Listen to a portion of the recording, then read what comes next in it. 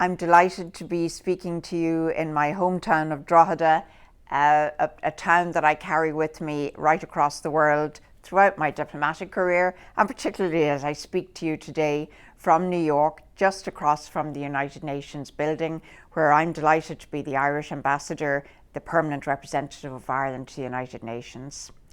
You're interested in the SDG agenda, so you'll know that this year marked 5 years since that landmark 2030 agenda and the SDGs were agreed, literally just right across the road from my office here in New York, where I'm standing speaking to you today.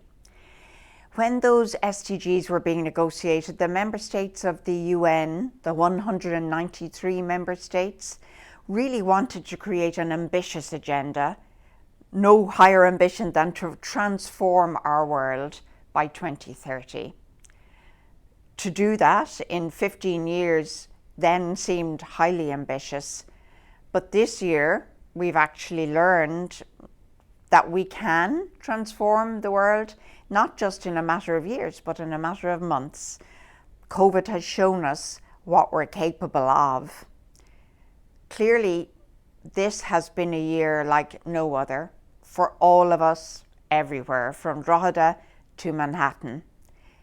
Health, education, our economies, our environment, they've all been impacted radically by this global pandemic. I think our perspectives have been narrowed, and some would say our futures clouded.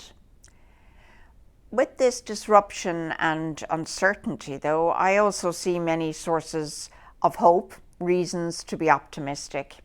Humanity is facing a challenge that can be met through understanding, through empathy, and particularly through partnership in our own societies.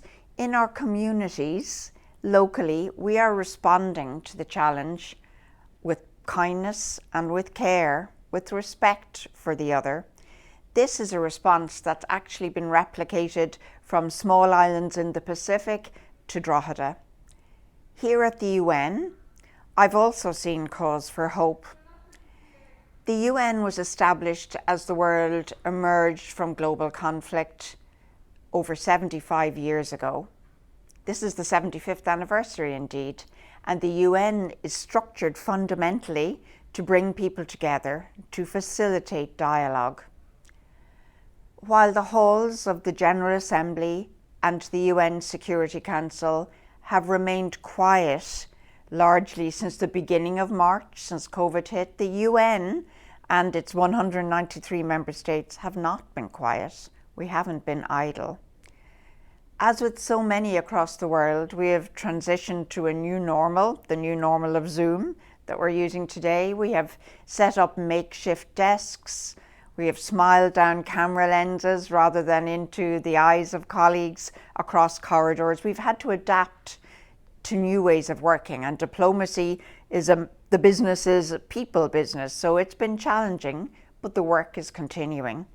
The UN is continuing to take action to support economies, to coordinate the global health response, to protect children, to build peace. That's our job.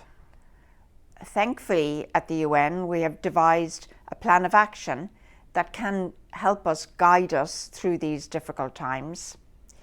The SDGs themselves are founded on the belief that to transform the world for the better, we have to act in concert, we have to act together and realize the impact that our actions have on each other, on our economies and our societies. The SDGs are predicated, they're based fundamentally on three equally important perspectives: economic, social, and environmental. What we do in one area has an impact on the others, and this can be positive or negative. It's that interdependence and linkage that matters. The 17 goals are very broad, and really their greatest ambition is something that we find not in the individual goals, some of them beside me here, but actually in the spaces that exist between them. For instance, SDG 5, which I happen to have, gender equality, here beside me, is one of the critical SDGs.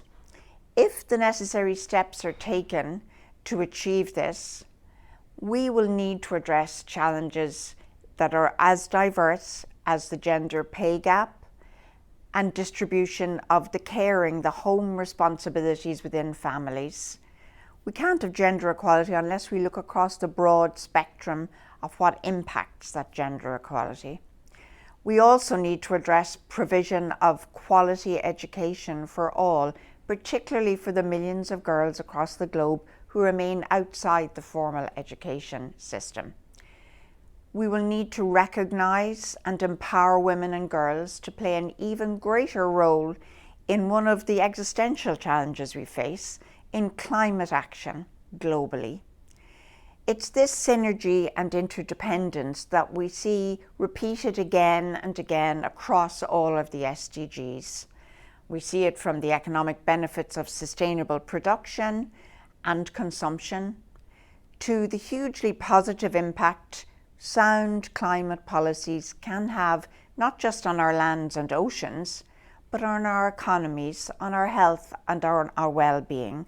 I would go as far as saying on the stability of our societies.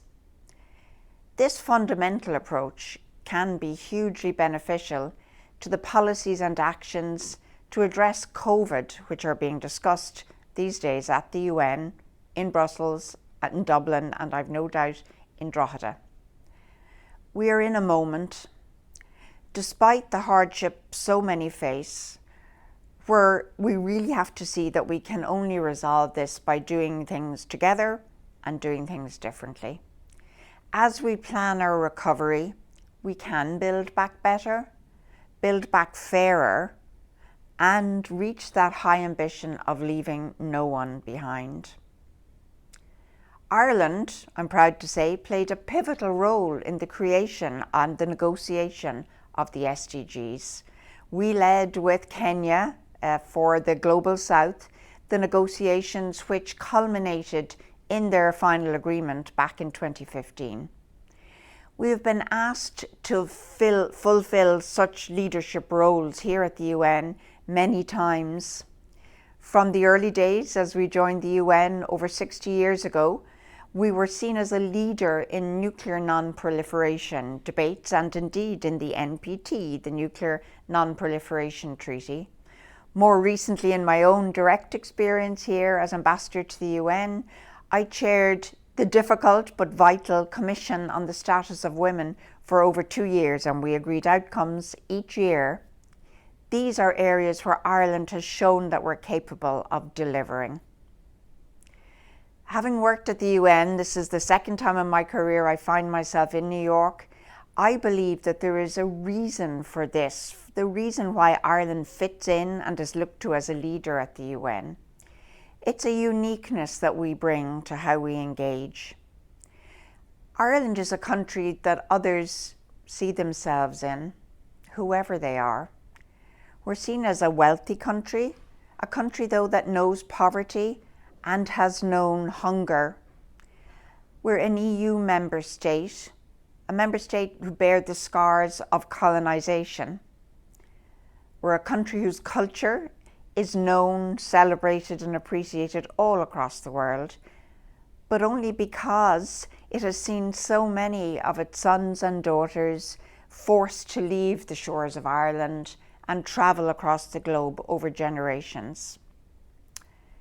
As a small country on the edge of Europe, we have a deep appreciation for the value of working in a multilateral way across partnerships with other countries.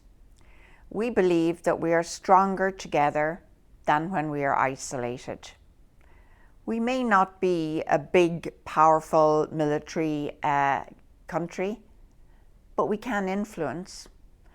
Ireland works to use her influence not in a narrow or a self-interested way, I would say, but to maintain dialogue, to open up doors, to work to find that space in between where people can compromise, can listen and understand, and above all, in those spaces in between where agreements can be found. I believe that we are influential precisely because we don't seek to use our influence only for ourselves. We know how to build trust and respect. I've said it already, it has been a year like no other, and we've another significant year ahead as the Irish delegation here at the UN in New York. On January the 1st, 2021, Ireland is assuming a hard-won seat on the UN Security Council. Our election happened in a rather exciting moment here in New York in June of this year. I believe our success in that hard-fought competition is another illustration of the trust that countries place in Ireland, and we are preparing to repay that trust, to live up to our promise through our actions when we sit at that top table in the Security Council. The work of the Security Council is often portrayed glibly as being about war, conflict, peace and security. If the UN is, in the words of the Charter, going to save succeeding generations from the scourge of war, I don't think it can do this by responding to conflict. Instead, it really needs to prevent it. Therefore, we see the SDGs as hugely relevant to Ireland's role as it sits on the Security Council in the coming years. Making progress on the SDGs can help to address what we see as the root causes of conflict, leading to a more peaceful world. Education, empowerment, equality, prosperity, protecting the environment, these are all the constituents of an international security that we believe could help save succeeding generations. Remembering our Irish contribution to building the SDGs over 5 years ago will help us to carry this philosophy forward as we sit on the Security Council and to knit in those spaces in between where the SDGs can underwrite international peace and security.